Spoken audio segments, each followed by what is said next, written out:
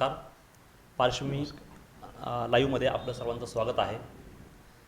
आज या ठिकाणी आपल्यासोबत आहेत सामाजिक चळवळीतील नेते रमेशजी पोकळे साहेब. पोकळे साहेब, आपलं पार्श्वमी लाईव्हमध्ये हार्दिक स्वागत आहे.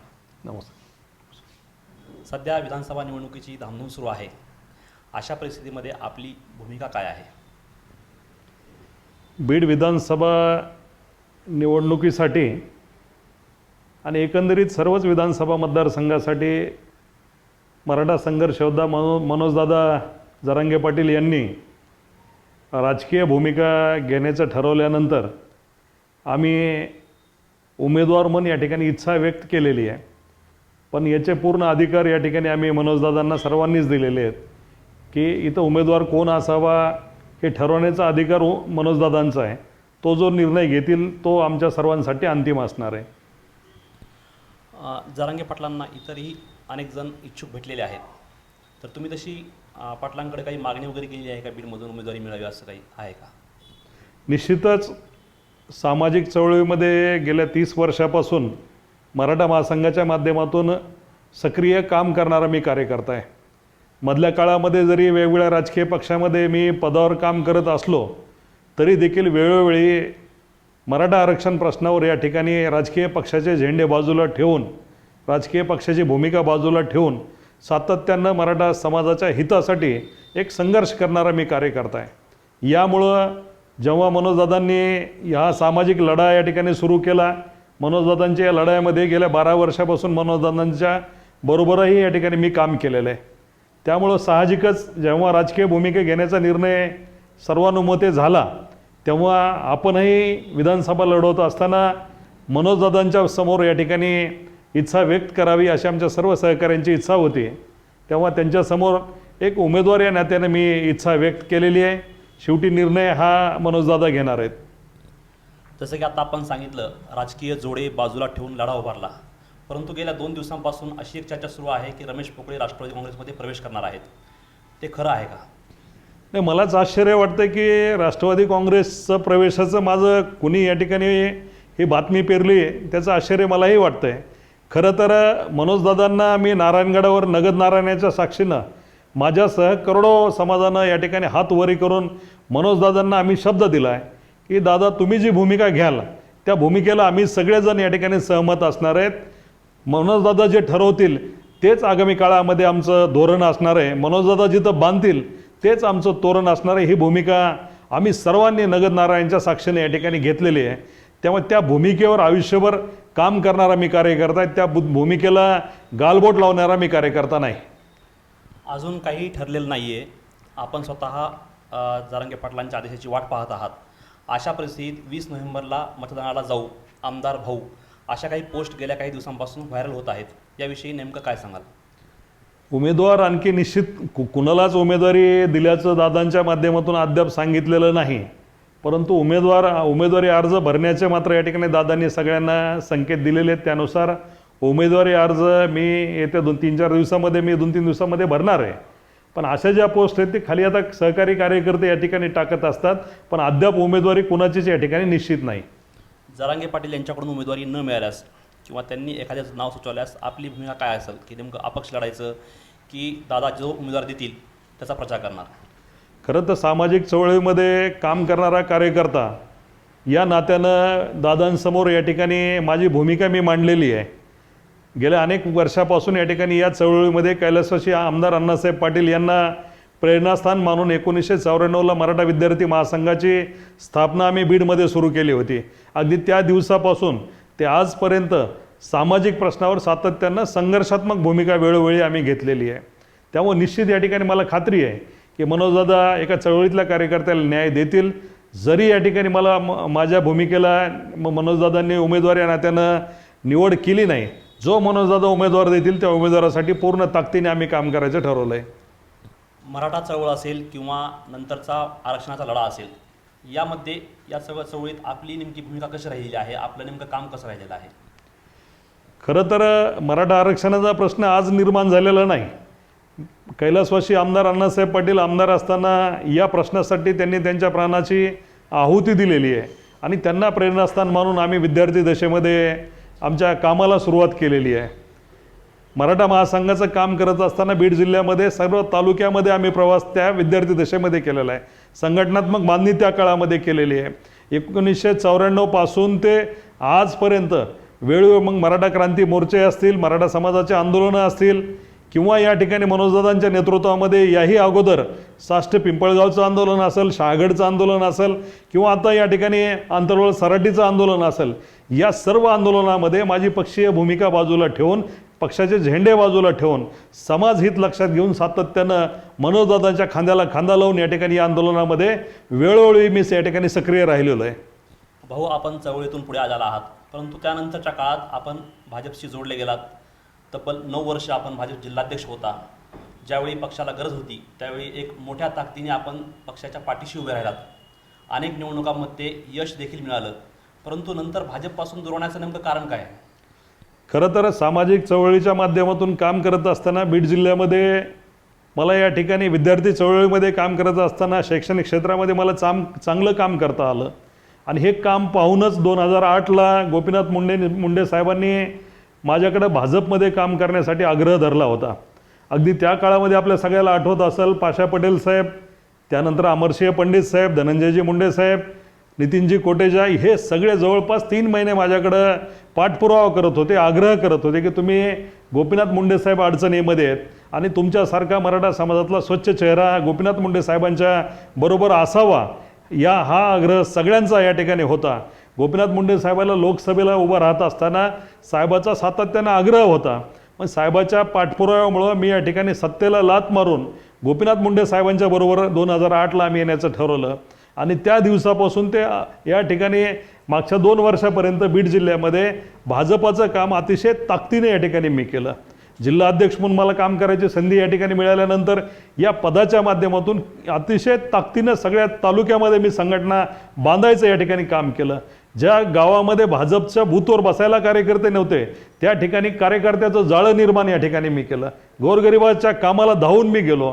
एवढं काम उभा या ठिकाणी केल्यानंतर जो शब्द वेळोवेळी गोपीनाथ मुंडे साहेबांनी दिला होता की संघर्ष करणारा रमेश पोकळे, जाहीररित्या गोपीनाथ मुंडे साहेब परभणीला या ठिकाणी कार्यक्रमात बोलले होते की लोकसभेला मला निवडून आणण्यामध्ये रमेश पोकळेंचा सिंहाचा वाटा आहे. परभणीच्या शिक्षक मेळाव्यामध्ये गोपीनाथ मुंडे साहेब जाहीर बोलले होते. त्या रमेश पोकळेंना या ठिकाणी मी आमदार करणार. मुंडे साहेबांची ती भूमिका होती. पण साहेबाच्या नंतर आम्ही जे काम केलं, आम्ही जे मेहनत घेत होतो, दुर्दैवानं त्या मेहनतीला तितक्याच ताकदीनं या ठिकाणी सकारात्मक प्रतिसाद नेतृत्वाकडून मिळाला नाही, ही आम्हाला खंत होती. तसेच या ठिकाणी जे सोशल इंजिनिअरिंग गोपीनाथ मुंडे साहेब वेळोवेळी करत होते, सर्व समाजाला बरोबर घेऊन जाण्याची भूमिका सातत्यानं लोकनेते गोपीनाथ मुंडे साहेबांची होती. त्यामुळं या ठिकाणी आम्हाला गोपीनाथ मुंडे साहेब आपल्या घरातले आपल्या हक्काचे वाटायचे. आम्ही सत्तेला लाथ मारून गोपीनाथ मुंडे साहेबाला ताकद देण्यासाठी मी आणि माझे सहकारी जिल्ह्यामध्ये ताकदीनं पुढं आलो. परंतु मधल्या काळामध्ये या ठिकाणी जे सोशल इंजिनिअरिंग गोपीनाथ मुंडे साहेबांनी केलं होतं ते सोशल इंजिनिअरिंग करण्यामध्ये त्यांच्या वारस म्हणून या ठिकाणी त्यांच्या जे वारसदार आहेत त्यांना अपयश आलं, ही माझं ठाम मत आहे. म्हणजे एकूणच आपली नाराजी पंकजाताईंची विषयी आहे का? नाही, नाराजी निश्चितच. आता त्यांनी जाहीर त्यांचा फॉर्म भरत असताना लोकसभेला सांगितलं की रमेश भाऊ माझ्यावर नाराज आहेत. माझी नाराजी काही पदासाठी गुत्तेदारीसाठी माझी नाराजी नव्हती. खरं तर ज्या गोपीनाथ मुंडे साहेबाला जीवापाड आम्ही साहेबांना जपायचं काम आम्ही सगळ्यांनी केलं. गोपीनाथ मुंडे साहेब अपघातामध्ये साहेबांचं दुर्दैवी निधन झाल्यानंतर आपण सगळ्यांनी पाहिलं की जिल्ह्याचा भूमिपुत्र, आपल्या हक्काचा नेता आपल्यातून गेल्याची भावना सर्व घराघरामध्ये होती. आम्ही या ठिकाणी माझ्या घरामध्ये अगदी सुतक पडल्याची अवस्था होती. आम्ही आमच्या डोक्यावरचे केस काढून या ठिकाणी सुतक पाळायचं काम आमच्या घरामध्ये आम्ही केलं होतं. इतके आमचं अतूट नातं या ठिकाणी आम्ही बॉन्डिंग आमची गोपीनाथ मुंडे साहेबाबरोबर होती. पण साहेबाच्या नंतर मात्र या ठिकाणी मधल्या काळामध्ये जी वागणूक आमच्यासारख्या एकनिष्ठ कार्यकर्त्यांना मिळाली ती अतिशय संतापजनक होती. वेळोवेळी मला अनेक उदाहरणं मला सांगता येतील. त्यापैकी या ठिकाणी माझ्या फॅमिलीचा ॲक्सिडेंट या ठिकाणी झाला 2 वर्षापूर्वी. 5 जण माझ्या फॅमिलीमधले मरता मरता वाचले. दवाखान्यामध्ये 10-15 दिवस हॉस्पिटलला ॲडमिट होते. पण दुर्दैवानं ज्यांच्यासाठी मी माझ्या आयुष्यातील 14 वर्ष दिली मुंडे फॅमिलीसाठी, त्या कुटुंबियांना माझ्या फॅमिलीसाठी 2 मिनिटेही या ठिकाणी विचारपूस करायला वेळ मिळाला नाही किंवा फोन करायला त्यांना वेळ मिळाला नाही. याचा प्रचंड संताप माझ्या मनामध्ये आला आणि त्या दिवसापासून मी त्यांच्याकडे जायचं बंद केलं. ते आजपर्यंत मी त्यांच्याकडे गेलो नाही. लोकसभा निवडणुकीतही आपण कुठं प्रचारात दिसला नाहीत, म्हणजे सक्रिय नव्हतात किंवा आतून सुद्धा कुठं असं हे झालं नाही, त्याचं हे काय? खरं तर लोकसभा निवडणूक लागण्यापूर्वी मराठा समाजाचं आंदोलन या ठिकाणी मराठवाड्यामध्ये मनोजदादा जरांगे पाटील यांच्या नेतृत्वामध्ये सुरू झालेलं होतं. दरम्यानच्या काळामध्ये 2020पासून मी जरी 10-11 वर्ष भाजपचा जिल्हाध्यक्ष असलो, वेगवेगळ्या पदावर जरी काम करत होतो, तरी बीड जिल्ह्यातल्या भाजपाच्या एकाही बैठकीला मला बोलवलं गेलं नाही. जाणीवपूर्वक बैठकीला न बोलवता वेळोवेळी अपमानास्पद वागणूक या ठिकाणी देण्याचं काम कशामुळं केलं ते त्यांनाच माहिती आहे. पण त्यांनी बोलवलं नाही आणि मीही गेलो नाही. त्यामुळं मी सामाजिक चळवळीमध्ये मनोजदादा जरांगे पाटील यांच्या माध्यमातून सामाजिक चळवळीमध्ये मी सक्रिय या ठिकाणी होण्याचं काम मी तिथं केलं. आणि मनोजदादांनी ज्या वेळेला आव्हान केलं की जोपर्यंत मराठा समाजाला आरक्षण मिळत नाही तोपर्यंत वेगवेगळ्या राजकीय पक्षामध्ये काम करणारे जे नेते आहेत यांनी आपल्या राजकीय पक्षाच्या भूमिका बाजूला ठेवून समाजकारणासाठी समाजहितासाठी एकत्र या, त्यांनी आव्हान केल्यानंतर मी माझी भूमिका या ठिकाणी राजकीय पक्षाची भूमिका बाजूला फेकून समाजकारणामध्ये मनोजदादाच्या खांद्याला खांदा लावून ताकद देण्यासाठी या ठिकाणी उभा राहिलो. त्यामुळे पुन्हा राजकीय भूमिका घेण्याचा किंवा कुणाचा प्रचार करण्याचा किंवा कुणाच्या स्टेजवर जाण्याचा, मी कुठल्याही उमेदवाराचा प्रचार केला नाही, मी कुणाच्या स्टेजवर गेलो नाही. मनोजदादांच्या भूमिकेबरोबर राहण्याचं काम या ठिकाणी मी केलं. बीड जिल्हा मुंडे साहेबांचा बालेकिल्ला असं एक ब्रीद आहे, परंतु गेल्या काही वर्षांमध्ये त्याच्यामध्ये कुठेतरी खंड पडला असं जाणवत नाही का? कारण लक्ष्मण पवार असतील किंवा बीडचे कार्यकर्ते स्वप्नील गलतर असतील किंवा राजेंद्र मस्के असतील, हे सगळे भाजप सोडून जात आहेत. म्हणजे जो बालेकिल्ला आहे त्याला कुठेतरी सुरुंग लागतोय किंवा तो ढासळतोय असं वाटत नाही का? निश्चितच बीड जिल्ह्याला अतिशय जपायचं काम लोकनेते गोपीनाथ मुंडे साहेबांनी केलं होतं. इथल्या 18 पगड जाती जमातीतील लोकांना हे नेतृत्व माझ्या घरचं आहे, हे मोठं झालं पाहिजे, ही भावना घराघरातल्या व्यक्तीमध्ये होती. साहेबांनी जोडलेली माणसं या ठिकाणी मधल्या काळामध्ये मोठ्या प्रमाणामध्ये बाजूला गेल्याचं या ठिकाणी चित्र आपण सगळेजण पाहतोय. मलाही खंत वाटते की जी साहेबांनी एकत्रित सगळी मंडळी आणली होती ती फक्त समन्वयाच्या अभावामुळं, कम्युनिकेशन गॅप जो निर्माण झालेला आहे त्यामुळं या ठिकाणी मी बोलणार नाही, ज्याला गरज असेल ते या, ही जी वृत्ती आहे, ह्या वृत्तीमुळंच या ठिकाणी या बीड जिल्ह्यामध्ये भाजपचं प्रचंड नुकसान झालेलं आहे, ही वस्तुस्थिती आहे. याविषयी पंकजाताई मुंडे असतील किंवा त्यांच्या पक्षातील जे काही नेते असतील त्यांनी चिंतन करण्याची गरज आहे. निश्चितच जो बीड जिल्हा गोपीनाथ मुंडे साहेबांचा बालेकिल्ला होता की एकेकाळी 5-5 आमदार देणारा हा बीड जिल्ह्यातील भाजपाचा गड, आज बीड जिल्ह्यामध्ये उमेदवारी भाजपची जर या ठिकाणी गेवराईमध्ये उमेदवार सापडा नाही, उमेदवार कुणाला द्यायचा हा प्रश्न निर्माण झाला आहे. इतकी वाईट अवस्था या ठिकाणी बीड जिल्ह्यामध्ये कधीच झाली नाही. फक्त समन्वयाच्या अभावामुळं मी स्वतःहून कुणाला बोलणार नाही, मी या ठिकाणी माझं या ठिकाणी मला कोणाची गरज नाही, या आविर्भावामध्ये वागल्यामुळं दुर्दैवानं या ठिकाणी स्वाभिमानानं जे काम करणारे कार्यकर्ते आहेत, ज्यांचा स्वाभिमानी बाणा जिवंत आहे, असे कार्यकर्ते या ठिकाणी आपापल्या सोयीनुसार आपापल्या कामामध्ये या ठिकाणी व्यस्त झालेले आहे. भाऊ, तुम्ही मराठा आरक्षणासंदर्भात प्रत्येक लढ्यामध्ये स्वतःला झोकून दिलं, तसं उद्या किंवा भविष्यात जर तुम्हाला संधी मिळाली तर मुस्लिम आरक्षणासंदर्भात आपली काय भूमिका असेल? निश्चितच या ठिकाणी मराठा समाजाबरोबर मुस्लिम समाजालाही आरक्षण या ठिकाणी मिळालं पाहिजे, ही भूमिका मनोजदादा जरांगे पाटील यांनी अनेक वेळेला या ठिकाणी घेतलेली आहे. मराठा समाजातील गरजूवंत मराठा समाजाचा लढा या खाली मनोजदादांनी रान पेटवलं आणि या माध्यमातून या ठिकाणी निश्चित माझ्यासारख्या कार्यकर्त्याला जर संधी मिळाली तर मुस्लिम समाजातील जे गोरगरीब समाज आहे, आज मुस्लिम समाजामध्ये या ठिकाणी अनेक समाज बांधवांना ओबीसीचं आरक्षण मिळतं, SC मिळतं, वेगवेगळ्या आरक्षणाचा लाभ घेत आहेत. पण जे आणखी गरजूवंत आहेत, या गरजूवंतांसाठी निश्चित ताकदीने या ठिकाणी मी सभागृहामध्ये आवाज उठेल, त्यांना सुविधा उपलब्ध करून देण्याचं काम या ठिकाणी करेल. भाऊ, तुम्ही सांगितलं की बीड विधानसभा मतदारसंघातून आपण निवडणूक लढवण्यास इच्छुक आहात. उद्या तसा जर आपल्याला आदेश आला जरांगे पाटलांकडून तर नेमकं कोणत्या मुद्द्यावर तुम्ही निवडणूक लढवणार? खरं तर बीड विधानसभा मतदारसंघासाठी एक चळवळीतला कार्यकर्ता म्हणून या ठिकाणी मी माझी इच्छा व्यक्त केलेली आहे. गेल्या 30 वर्षापासून बीड तालुक्यामध्ये, बीड जिल्ह्यामध्ये शैक्षणिक चळवळीमध्ये सक्रिय मी काम केलेलं आहे. हजारो शिक्षकांच्या या ठिकाणी, मग इथं अतिरिक्त झालेले शिक्षकांचा प्रश्न असेल, आंतरजिल्हा बदली शिक्षकांचा प्रश्न असेल, विद्यापीठाच्या माध्यमातून हजारो विद्यार्थ्यांना त्यांचं पदवी प्रमाणपत्र घरपोच आणून देण्याची सुविधा असेल, शिक्षकांचे ॲप्रोल असतील, संस्थाचालकाचे प्रश्न असतील, या सर्व प्रश्नावर 18 पगड जाती जमातीसाठी आजवर या ठिकाणी मी काम केलेलं आहे. जिल्हा बँकेचा 10 वर्ष मी संचालक होतो, बँकेचा उपाध्यक्ष होतो. बँकेच्या माध्यमातून बीड तालुक्यामध्ये करोडो रुपये शेतकऱ्यांना कर्ज म्हणून, पीक कर्ज म्हणून वाटप करायचं काम मधल्या काळामध्ये या ठिकाणी मी केलेलं आहे. एवढंच नाही तर मी मार्केट कमिटीचा 10 वर्ष संचालक होतो. या मार्केट कमिटीच्या माध्यमातून शेतकऱ्यासाठी या ठिकाणी मला काम करता आलेलं आहे, व्यापाऱ्यासाठी मला काम करता आलेलं आहे. मधल्या काळामध्ये राजकीय भूमिका पार पाडत असताना इथल्या सर्वसामान्य शेतकऱ्याचा माझा संपर्क चांगला आलेला आहे. सर्वसामान्यांच्या प्रश्नावर या ठिकाणी आम्ही काम केलेलं आहे. काम करत असताना मग ऊसतोड आमच्या मजुराचा प्रश्न असेल किंवा ऊस उत्पादक शेतकऱ्याचा प्रश्न असेल, लाईट या ठिकाणी अतिरिक्त लाईट बिल दिलं म्हणून या ठिकाणी शेतकऱ्यांचा प्रश्न असेल किंवा भारनियमन कमी करावं म्हणून या ठिकाणी त्याविषयीचं या ठिकाणी प्रश्न असेल, या सर्व प्रश्नावर वेळोवेळी या तालुक्यामध्ये जिल्ह्यामध्ये आक्रमकपणे या ठिकाणी रस्त्यावर उतरून या ठिकाणी मी काम केलेलं आहे.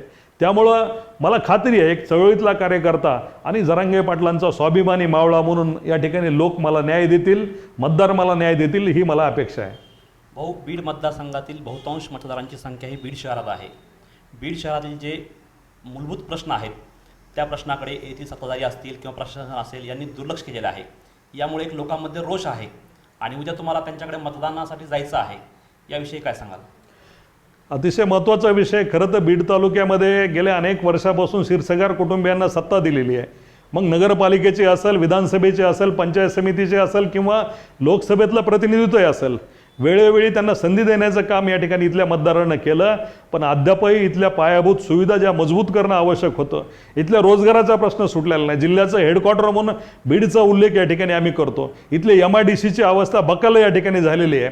जे उद्योग व्यवसाय इथं आहेत ते बंद पडत चाललेले आहेत. नवीन व्यवसाय आणण्यासाठी इथले जे लोकप्रतिनिधी आहेत यांनी कधीच आवाज उठवलेला नाही किंवा त्या संदर्भामध्ये पायाभूत सुविधा निर्माण करण्यासाठी त्यांनी कधी प्रयत्न केल्याचंही दिसत नाही. तर निश्चित हे सर्व प्रश्न प्रभावीपणे मांडायचं काम आगामी काळामध्ये आम्ही करणार आहोत. क्षीरसागरांची बीडमध्ये सत्ता होती, मग ते नगरपालिका असेल किंवा विधानसभा मतदारसंघ असेल, परंतु या सर्वच आघाड्यांवर क्षीरसागर अपयशी ठरले असं वाटतं.